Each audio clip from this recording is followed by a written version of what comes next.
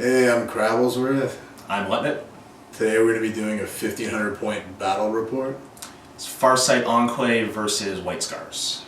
They're Deathwatch. I just use the White Scars trait to forge a narrative. Winning is a narrative. So like any decent people, we actually talk about the terrain before we play a game. So I just thought I'd go into and explain how we've decided collectively to play the terrain today. So it's mostly urban, as you can see. It's a mixture of big LOS blockers that are for the most part impassable, but it's not so simple as just calling them impassable, because a lot of them you can still end up on top of if you're a flyer or a jump unit or a crisis suit. Big LOS blocker in the center plays that way. What we do a lot of times is we're a little more restrictive with the path things have to take. So where you see the breaks in the wall would be where units can get up, but they have to kind of single file it, so you're a little more limited as to how quickly you can get a big unit up there. A lot of the other buildings are just straight up ruins. We don't really treat the floors as area terrain at all. We just go line of sight. So if you can see, you can. If you can't, you can't. We play with a few abstractions as possible. The doors are like the only places you can actually melt through the wall. And if a unit's blocking that off, you just simply can't. You can't assault, because now you need LOS to assault. The low barricades, like these guys, are 5+ cover. We also play them as destructible. So how it would work is you just ram right through them, take it dangerous. If you pass it, you pull it off, you keep going with the vehicle. If you fail it, you're stuck there. Another big thing too with us is we don't play with any melting through walls, so stuff can only physically fit where it can go. A good example of that would be right here. The windows are big enough for 28 mils, but no more. So if a model is on a bigger base, like a 40 mil or a 60 mil, he'd have to go around. He wouldn't be able to go through. We find this adds a lot to the tactics, because maneuvering quickly becomes almost the most important part of the game. We have a couple wrecks on the board, as you can see. These we also play as destructible. How they work is the wreck will have the same corresponding armor as it really would, so obviously you're leaving a Russ or a Chimera in that case. Either side can target them. They can either shoot or assault them. Any glance just removes the wreck entirely. Any pen causes a D6 explosion, and then we place a little crater. The only area terrain we play with are the craters after a vehicle. We usually just use little markers like these guys here. So we make a line with these. Area terrain starts and ends there.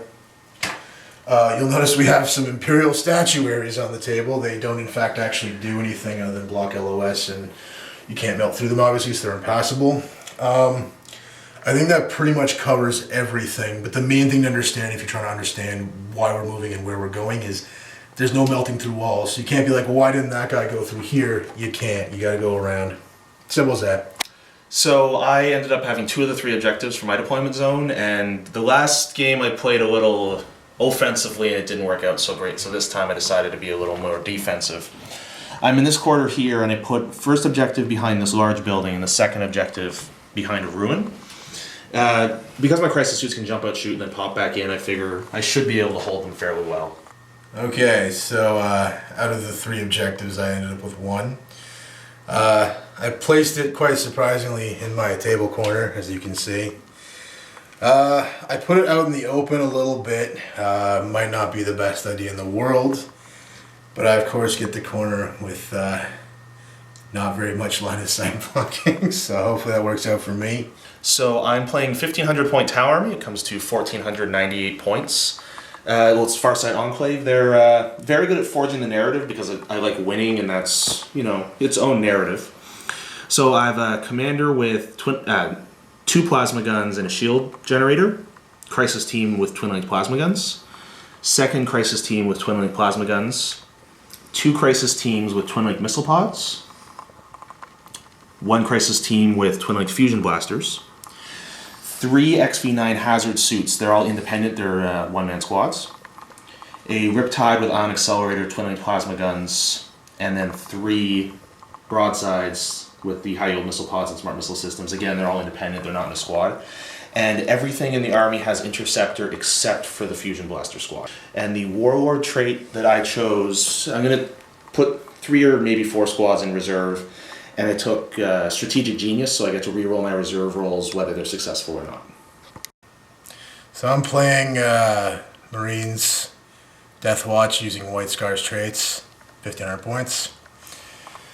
To begin with, we've got my very original captain on a bike. This counts as a power fist because, you know, only for advantage or whatever. His warlord trait is Conqueror of Cities. Again, you know, forging a narrative. In no particular order, we've got a Thunderfire Cannon here. A Forge World Contemptor Mortis. Now I know it's not modeled correctly. This should be on his arm, but you know, do what you gotta do. Storm Talon with the better missiles. It looks like the Sky Hammers, but whatever.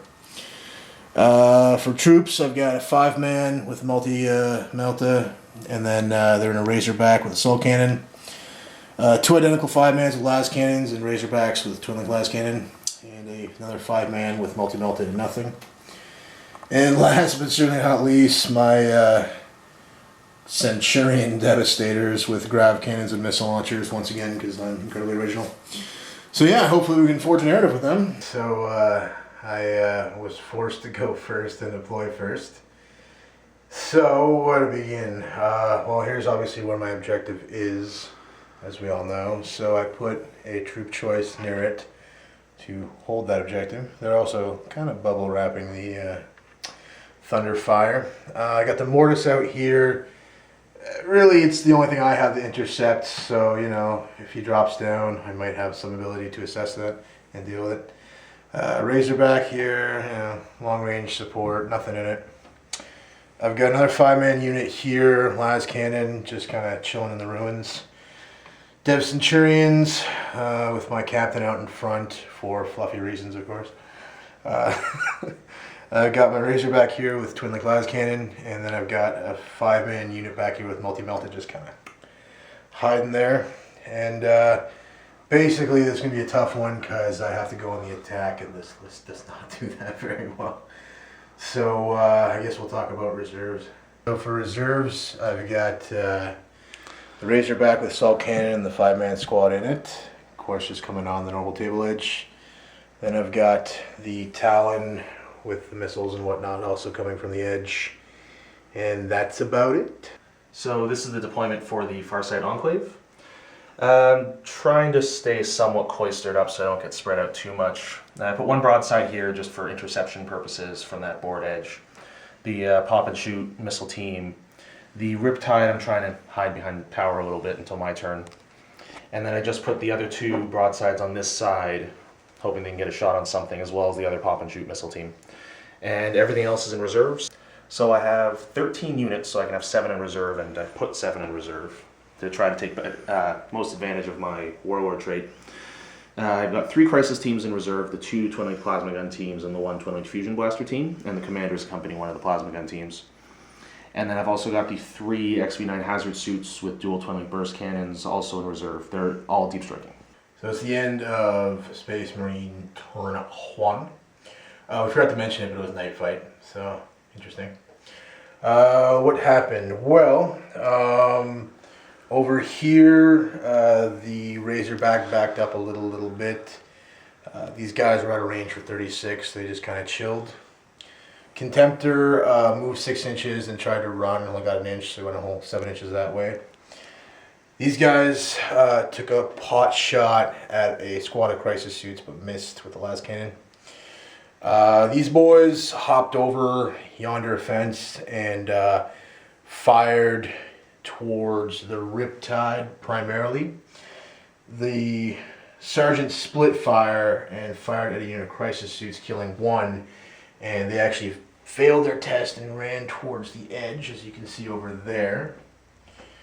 The Razorback that was here, the dudes hopped in because it wasn't their dedicated transport. Drove 12 over here, and then another 6.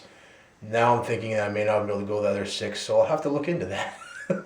It's our first mistake. Anyway, that's the end of Space Marine turn 1. We'll see you at the end of Tau Farsight turn 1. It's the end of Tau turn 1 currently, and well, some stuff happened. First thing is the squad that fell back failed the morale test and then fell back off the table, so I lost a squad already. The Riptide moved out a little bit to shoot at the guys down there. Not much else really moved. Everyone over here shot at the Mortis Contemptor Dreadnought thing, the narrative. I ended up putting 2 hull points on it, so it's only got 1 left at the moment, even though it has a 5+ invul. The Riptide fired at the Centurions and the Captain. He ended up inflicting 4 wounds, but only one of them made it through the invulnerable save because the guy in the front is just tanking, because that's what captains do when you're forging a narrative. And this broadside fired at the Razorback back there, put 2 hull points on it, but didn't manage to actually damage it in any way other than that. The Riptide then thrusted backwards onto the building. He's only got 1 wound left, so I figured I should try to keep him as a weapons platform. And then the Crisis team over here thrusted behind that building. So that's the end of Tau turn 1, so we'll see you at the end of Space Marine turn 2. So it's the end of Space Marine turn 2. For reserves, both my reserves came in. The Razorback drove on here. Going 12, snap fired at the broadside, causing a wound. My Storm Talon flew in from this general direction, fired everything he could into the Crisis suits, killing 1 of them. But they passed their leadership and remain on the board. Razorback that was here moved up 6. Arctics shot up at the building there and put the last and final wound on the Riptide, killing it. So awesome. My captain, who was hanging with these homies, decided to F off and ended up down yonder. Might be hard to see. The Centurions didn't really have a shot, and moving 6 inches wasn't going to help that, so I decided to move them back towards the center of the table because Lieutenant has a lot of reserves and they terrify me deeply. These guys were covering this side of the board. They moved 6 this way, and I snap fired with the last cannon but did not hit the broadside. Funny story about the Mortis. We're so used to Tau having interceptor. Well, it's a vehicle, so its line of sight, its arc of fire is really fucking limiting. So I just decided to pull it back rather than hold still and try and intercept. So I just moved back 6, ran, and again only rolled 1, so he really sucks at running. This unit fired its last cannon and shot at that broadside, didn't do anything. This guy here, Razorback, shot at the other broadside behind the low cover, didn't do anything. And last but not least, the Thunder Fire, the Fun 2 Fire, fired at these Crisis suits here, but it scattered and ended up hitting the Riptide, but didn't wound it. So yeah, turn 2, going okay. We'll see you at the end of Tau turn 2. So it's the bottom of Tau turn 2, and my reserves could have gone better, but could have gone worse, I guess, if I didn't have the Warlord trait.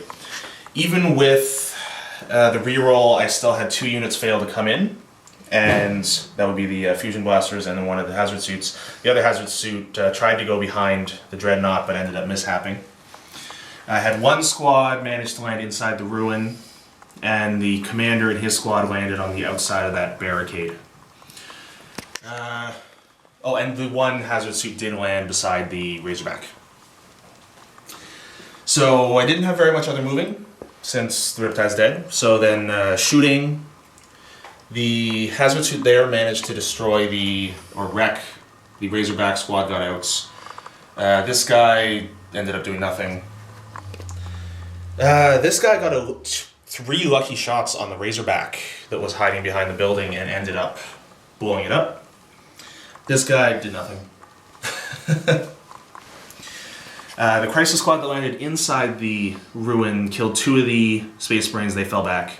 And the commander and his squad killed 2 of the Centurions, and they passed their leadership tests. I did put some fire on the Storm Talon, so it had to evade. But other than that, it's only lost 1 hull point from the intercept. And then I just made a few thrust moves to spread my guys out a little or put them in cover. And that's about it for Tau turn 2, so we'll see you at the bottom of Space Marine turn 3. So it's the end of Space Marine turn 3. Interesting things occurring. My squad here next to the objective fired last cannon through this ruin. My crisis suit did nothing. Thunderfire fired down on the command squad. I hit the commander 3 times. I also hit my own guy once. Nothing happened. The Mortis moved up to get a firing position on the 3 crisis suits that were here and killed 2 of them. Tempted to charge, but did not make a long enough distance. Here, Centurion fired into the squad, killing 1 crisis suit, I want to say, and putting a couple wounds on the commander. Over here, because I had jinked or whatever the fuck it's called, I had to snap shoot anyway, so I switched into hover mode just so I could get a more convenient angle, I guess, to fire this unit. I still failed to hit it all, so it really didn't do anything. I'm actually going to pull that now, so that's a good thing. Moving down, this squad fired into the XV9 that was here, didn't do anything. It was finally finished off by the assault cannon Razorback. Here I had assaulted a broadside, and then once I, won and killed him, my captain fucked off into there to, hide and stuff. And, yeah, so kind of sketchy, but might be able to pull off some bullshit. We'll see you at the end of Tau turn 3. It's the bottom of Tau turn 3. So all the other reserves came in. The 1 hazard suit landed behind the Space Marines that came out of the Razorback. Managed to gun down 3 of them, and then hopped up behind the building. The Fusion Blaster Squad came down to try to take out the Storm Raven. He made both of his Jinx saves from that, so missed out on 2 pens there. So it's still coming at me. The other hazard suit over here landed in difficults behind the Contemptor Dreadnought. Took a wound from landing in a difficult terrain, but destroyed the Contemptor Dreadnought. Both of the ripped broadsides moved up because they were out of range of most things. The front one fired, managed to make a hit, but didn't kill anything. That one didn't do anything. And over here, I still have 2 crisis suits from a missile team. They popped out, shot at the Razorback. Both cover saves were made, and then they popped back in. In the combats, 1 crisis suit took a wound. Nothing was inflicted onto the Centurion, and they passed the morale check, so the fight continues. So that's about it. So I'll see you at the bottom of Space Marine turn 4. So it's the end of Space Marine turn 4. Starting to be able to pull off some bullshit. Let's start over here. These guys fired the last cannon down the lane and killed one of the broadsides that was coming up towards them. Moving in through here, there was 1 crisis suit remaining, and the fire took it out and killed it. The attack squad charged here, actually lost one of their dudes and didn't do anything, but they caused a wound to the leader. That was it. Okay, so lost 1 but did 1. There was once a crisis squad here with fusion or something, but I charged them. Did get hit by Overwatch and passed my impulse saves, so I did 4 attacks, hit 3 times, won 3 times, and just cut them down. The 2 remaining guys from the Razorback creeped along and ran, so they're heading towards the objective. The other Razorback moved up 6, took a shot at one of the 2 crisis suits, I only see one of them. Did not cause a wound, or did, I can remember. I caused a wound, yeah. And then, of course, they got hit by the Thunderfire, causing a wound to him and pinning the unit. So doing okay, pushing on objectives, letting it still got some stuff rocking around. Mildly concerned about that XV9 and what's going to happen with the combat. So that's it for Marine turn 4. We'll see you at the end of Tau turn 4. It's the bottom of Tau turn 4. So not a lot happened this turn. These two guys were pinned, made some snapshots at the Razorback, scored one penetrating hit, but he made the save. That hazard suit up there tried to take the last wound off of his bike commander, completely whiffed. The broadside back here fired at the Storm Talon, did nothing. In the combat, my commander managed to kill one more tactical marine, and they didn't take any wounds. 2 failed, leadership checks, but I caught them, so they were just staying in combat. And here, he had jumped to the other side of the tank, shot, did nothing, and then jumped back. So in total, I killed 1 tactical marine. That's the end of Tau turn 4, so it's going to be the end of Space Marine turn 5. So it's the end of Marine turn 5. Start over to this side. So he went back into hover mode, moved over yonder, shot the remaining XV9 and killed him. Last cannon homie shot down the lane and killed the last broadside that was there. My Capitan came in and charged and did a challenge here. Managed to get 2 wounds onto Lieutenant's leader, but he made his 4+ invuls, both of them. I believe my 2 guys are okay, and then I caused a wound to this crisis suit. Didn't shoot at him at all. I had 2 guys here kind of run into cover, still within 3 inches of that objective, just to kind of hunker down. Over yonder, Razorback moved up 6, put some fire on the crisis team. I believe I killed 1. Thunderfire fired, missed, and then these guys fired and did nothing, and he made his leadership and rolled double 1s because he's cold as ice. So, I'm in a pretty good spot overall. The bullshit is running strong, so we shall see you at the end of Tau turn 5. It's the end of Tau turn 5, and the last few of what models I have left. The combat there, Captain killed Commander, last cannon killed Crisis Suits, last remaining Crisis Suit failed the leadership check, and the bike ran him down. The Hazard Suit just jumped there in the assault phase, so nothing's happening with him yet. And over here, I charged the Crisis Suit into the tactical squad, and nothing happened. Just whiffs all around. So yeah, that's it. I got 2 models left, so we'll see you at the end of Space Marine turn 6, since the roll said that there's going to be a turn 6. So it's the end of Marine turn 6. Down here we can see I'm holding that objective, which is Coolio. The Talons zoomed over there, and I shouldn't say zoomed, hovered over there.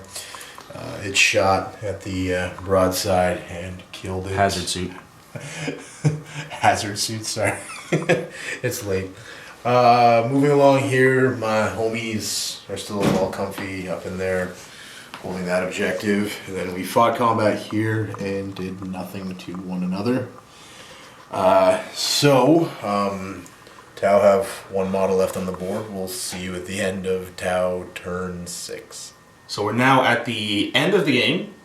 Not because the dice decided so, but because the Tau have decided to not have any models left.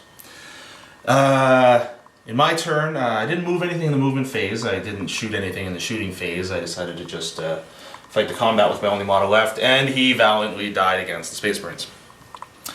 So that's my last model. The game's now over. I have 0 points, while Cravelsworth has 3 objectives for 9, plus Linebreaker, plus Warlord, plus First Blood. So the final score is 12-0. So my new opinion is that White Scars are completely broken, and Farsight Enclave is a very underpowered, fluffy list. It's just the way it is. So instead of an MVP for this game, I'm just having the person who failed the least, since I saw more 1s and 2s than I've ever seen before, and Crabblesworth was rolling more 6s than a Satanist meeting. So, for getting punched in the face half dozen times by Power Fist and just keep rolling those invulnerable saves, I'd have to say my commander is the MVP.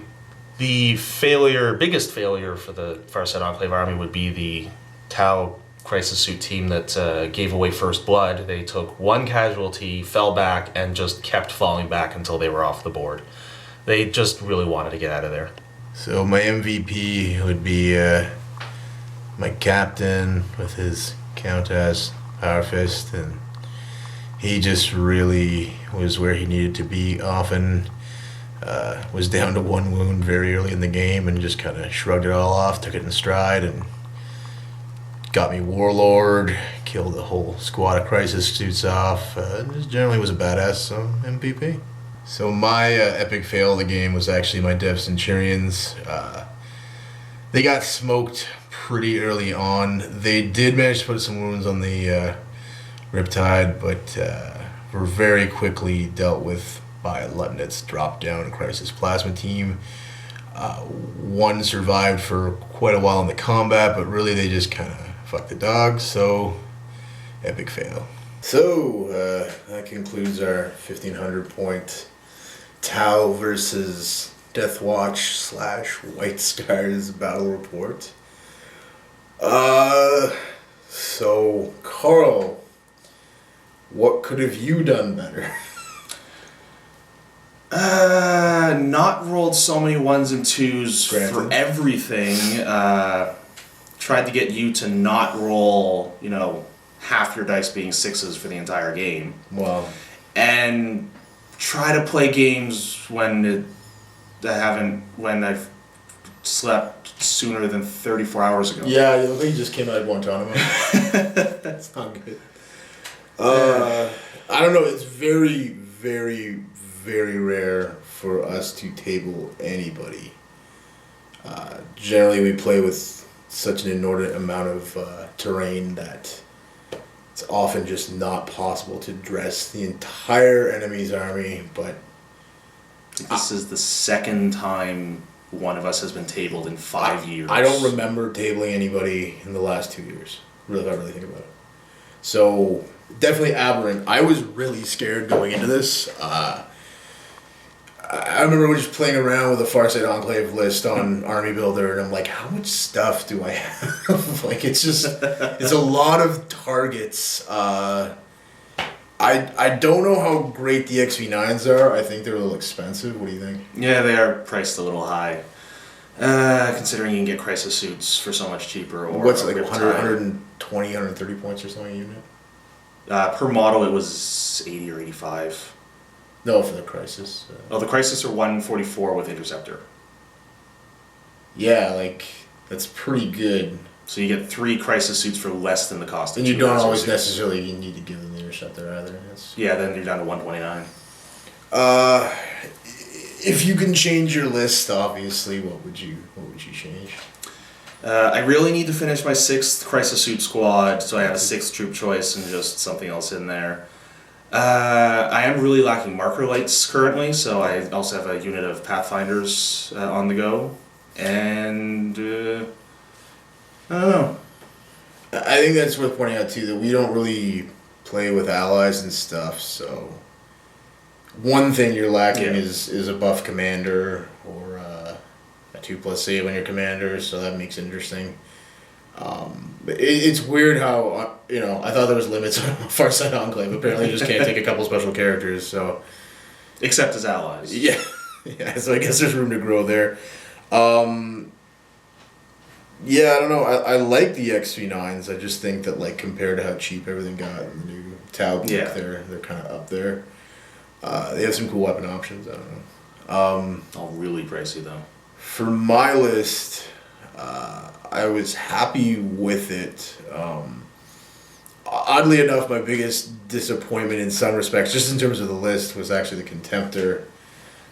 One thing I didn't think about at all was when Tau have. Well, just when you guys intercept, I mean, because you're infantry models or you're not vehicles, You can see you've got everything. a sphere of vision. It doesn't matter where things come down. All of a sudden, with the mortis, it's a vehicle. It's got a more or less limited field of fire, and if you don't happen to drop down, in front of it, there's nothing I can do. And really, you want to drop behind it anyway to get me in the rear armor. Yeah. So it's sort of like, I can see why people take like 3 of them or none because they're expensive. I mean, over 200 points, and I don't know. It has a lot of shooting. It just, it's 13, 12, 10. So. Yeah, it still suffers from it could be one hit killed, whereas you can't Yeah. one hit kill a Riptide except with very few number of weapons. It wasn't as disappointing as the devs, but at the same time, I mean, for the one round it shot, it did well. I mean, 12 Yeah. shots, 6-4 is pretty good, plus the missiles. But yeah, if I had changed my list, I would have pulled that guy, found 10 points, and put Thunderhammer, Stormshield, Terminators. Just, I don't know. I kind of miss combat at this point. I really didn't use my trait very much today. You hit and run once or twice, maybe? Once, I think. Yeah. I don't. I guess I didn't have to take Dangerous with the bike that one time. So. Oh yeah, you ran out of barricade. Were you happy with your Warlord trait? It's kind of a moot point because about as many reserves came in as I would normally come in if I wasn't rolling absolute crap. No. So having the reroll just meant that it was the average instead of being better than average. I'd like to see you try it where you're not deep striking as much. Like maybe 1 or 2 for disruption, but not half the army. Yeah, I've been thinking about that. I don't know. It's kind of like a drop pod army in some respects, and it doesn't come down on turn 1. I mean, it's effective. You drop down, you kill those Centurions like super easy. It's just sort of like if it doesn't make full impact, then it's not hard to hit back. Yeah, and they're not that tough, and once they're in their line, any combat and they're toast. Plus, there's no giant cover because Yeah. Not that I rolled very well, but no. Yeah. So I mean, real final word on the game. It was good. It sort of became kind of obvious where it was going towards the later half of it. I was amazed that I could pull this bullshit off because that's what this was. This was bullshit. My whole list was designed to sit on its ass and shoot, and all of a sudden I had to take ground. So kind of a high pressure thing. Yeah, so I guess we'll wrap it up then. Thanks for watching, and we'll see you again sometime.